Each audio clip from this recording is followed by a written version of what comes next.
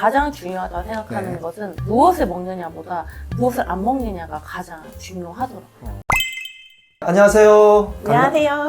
강남호준 박영원 원장입니다. 오늘은 일반인 분을 모셨습니다. 근데 왜 모셨을까요? 한번 자기소개를 간단하게 부탁드립니다. 안녕하세요. 저는 30년 동안 이제 중증 아토피 환자로 살았었는데 그걸 자연치유로 스테로이드 끊고 고치게 된 한젤리라고 합니다. 반갑습니다. 제가 한의원에서 아토피 환자분들을 치료하다 보면 스테로이드라는 부분을 이겨내는 부분에 있어서 굉장히 힘들거든요. 근데 그걸 혼자서 스스로 자연치유적인 방법을 많이 이용하셨는데, 제가 치료는 한의원에서 하지만 여러분들께 알려드리는 정보 대부분은 생활에서 직접 하실 수 있는 식이습관, 운동, 수면 뭐 이런 것들을 알려드리잖아요. 근데 그런 것에서 여러분들께서 일반인 분의 스스로 극복하신 분의 시각에서 들으시면 여러분들도 희망과 용기를 그리고 힌트를 많이 얻으실 것 같아서 오늘 초빙해드렸습니다. 네. 아주 오랜 기간 정말 힘드셨을 것 같은데. 많이 힘들었어요. 저는 진짜 아기 때부터 제가 기억하는 한 항상 아토피가 있었는데 네. 그때 당시에는 거의 30년 전이니까 아토피라는 이름이 없었어요.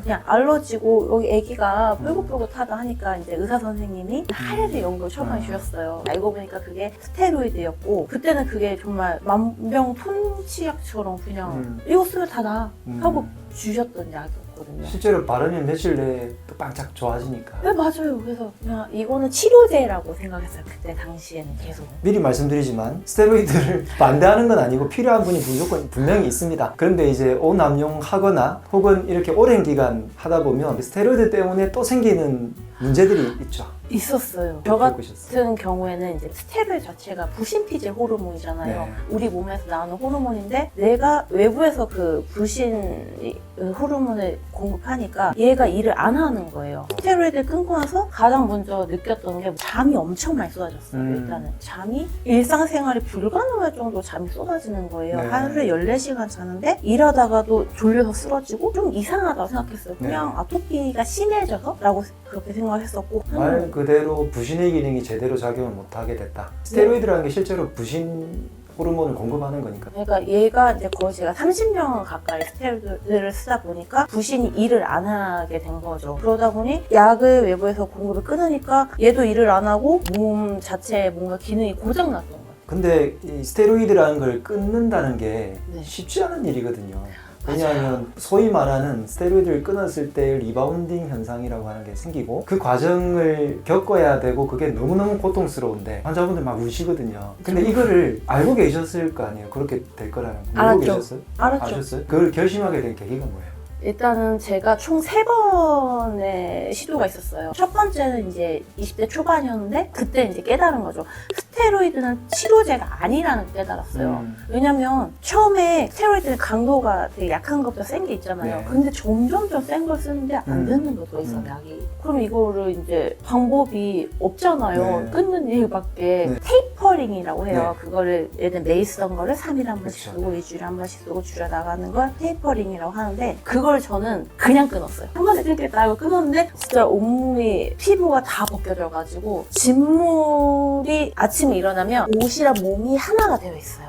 그래서 그냥 못 벗고 샤워를 하면서 물 묻혀서 옷을 벗어야 됐었어요. 피부랑 옷이 덜러붙어가지고. 네, 진물 때문에. 네. 피부가 다 벗겨져서. 그렇게 한 6개월 지냈는데 제가 그때 한국에서 그래도 되게 유명한 대학병원 다니고 있었거든요. 선생님께서 이렇게는 어차피 안 된다. 그냥 스테로이드 임산부도 쓰고 이제 막 출생한 신생아도 쓸 수 있는 스테로이드다. 이거 그냥 써라. 괜찮다. 평생 써도 괜찮다. 다시 썼죠. 이제 너무 괴로웠으니까. 네. 그래서 다시 시도를 했는데 또 똑같은 게 반복이 되는 거예요. 스테로이드로 어느 정도 관리하면서 세면 그냥 평범하게 셀 수는 있지만 10년 정도 쓰다 보니까 또 약이 안 되는 거예요. 그래서 또 한 번 끊었었죠.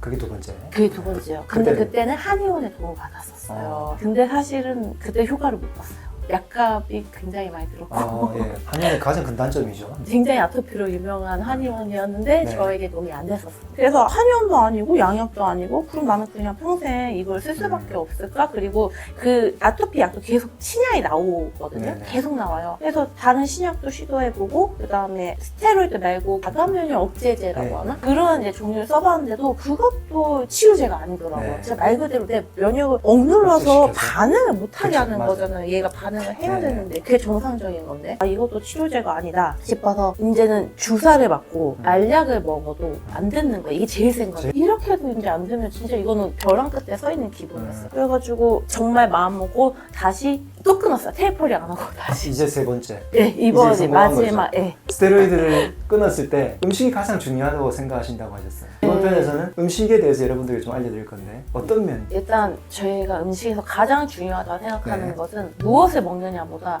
무엇을 안 먹느냐가 가장 중요하더라고요. 어떤 걸 안 먹는 게 중요해요? 저는 한의원에서 체질 치료를 했었거든요. 네. 그러다 보니까 제 체질에 맞는 음식을 먹고 체질에 맞지 않은 음식을 피하는 거였는데 맞지 않았던 게 이제 고기, 네. 밀가루, 그다음에 유제품 이걸 끊었었고 네. 그다음에 초가공 식품 까지 서서히 끊었었어요. 저는 네. 다 그렇진 않겠지만 일단 저한테는 이걸 안 먹었던 일이 가장 중요했었어요. 아, 네. 일단 당연히 안 먹을 거를 그만 스탑하는 거. 혹시 추천할 만한 음식이나 본인께서 도움받은 음식이 있을까요? 일단 제가 맨 처음에 할 때 몸에 있는 이제 독소 해독해야 된다고 해가지고 녹두죽을 한 8개월 먹었었어요. 녹두죽만 거의. 그러니까 하루 세 끼를 아니요, 2끼 정도만 먹긴 했는데 어쨌든 한 끼는 안 드시고 하루에 두 끼를 녹두죽. 예, 거의. 말 그대로 해독 과정이네요. 녹두가 맞아요. 해독하는 아주 네. 중요한 그 약재 중에 하나잖아요. 네, 그렇다고 해가지고 네. 이제 그거를 거의 한 8개월 정도 먹고 그 당시에는 되게 많이 호전이 됐었어요. 그러니까 많이 안 좋았던 게 한 80%까지는 호전이 됐었어요. 80%는 어마어마한 건데. 그쵸. 거의 1년, 8개월에서 1년 그 사이에 그렇죠. 그렇게 좋아졌으니까. 그럼 녹두죽으로 8개월을 드시고 아까 고기를 안 드셨으니까 나머지는 거의 다 채식으로 이제부터 생활을 많이 하셨죠? 네, 맞아요. 그냥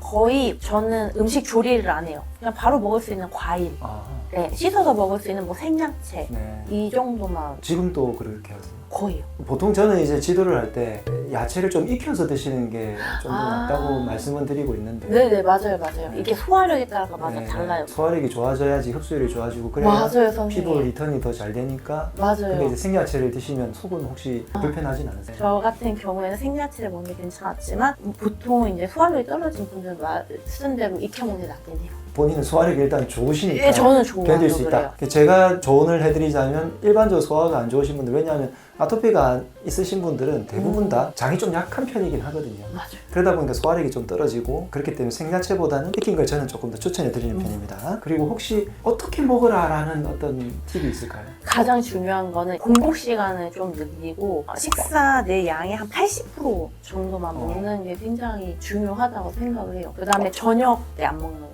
네. 가공식품만 끊어도 빠지긴 빠져요. 어떻게 보면 아주 간단한 진리 중에 하나인데 가공식품 먹지 마라. 네, 생각보다 많이 먹는데 맞아요. 예전에 그걸 많이 드셨던 모양인가요? 그때 당시에는 그랬었어요. 근데 그런 생활 습관에 대해서는 조언을 많이 안 들으셨나요? 일단은 제가 대학병원에 이제 오래 다녔거든요. 그냥 네. 양약을. 그러면 거기서 똑같아요. 뭐 보습이랑 처방 해주신 약들이 있어요. 그거 잘 먹고 그냥 그거면 된다. 거기서는 이제 그게 자신의 치료법이니까 그 안에 테두리에서만 관리를 하지 저한테 뭔가 생활 습관을 이렇게 해라 저렇게 해라에 대한 뭐 먼지 정도 조심해라.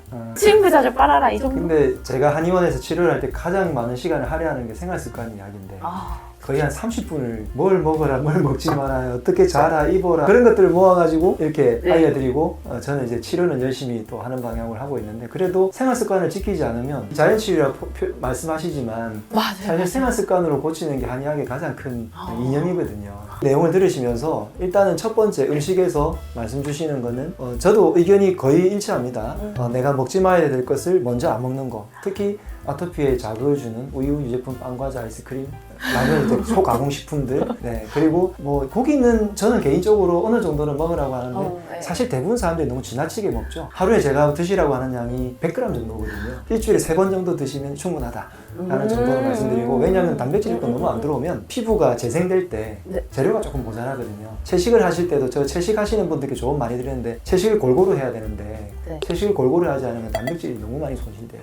채식 중에서도 네. 단백질이 많은 애들이 있으니까 그런 것들을 조금 더 챙겨 드시고, 여러분들께서 뭐 스테로이드가 필요할 때도 있겠지만 어떻게 보면 자연적인 나의 힘으로 치료하고자 할 때 오늘 한진희님께서 드리는 말씀이 희망의 메시지가 될 수 있으면 좋겠습니다. 그럼 나머지 생활 습관에 대해서는 또 다음 편에서 이야기 드리도록 할게요. 네. 감사합니다. 감사합니다. 네.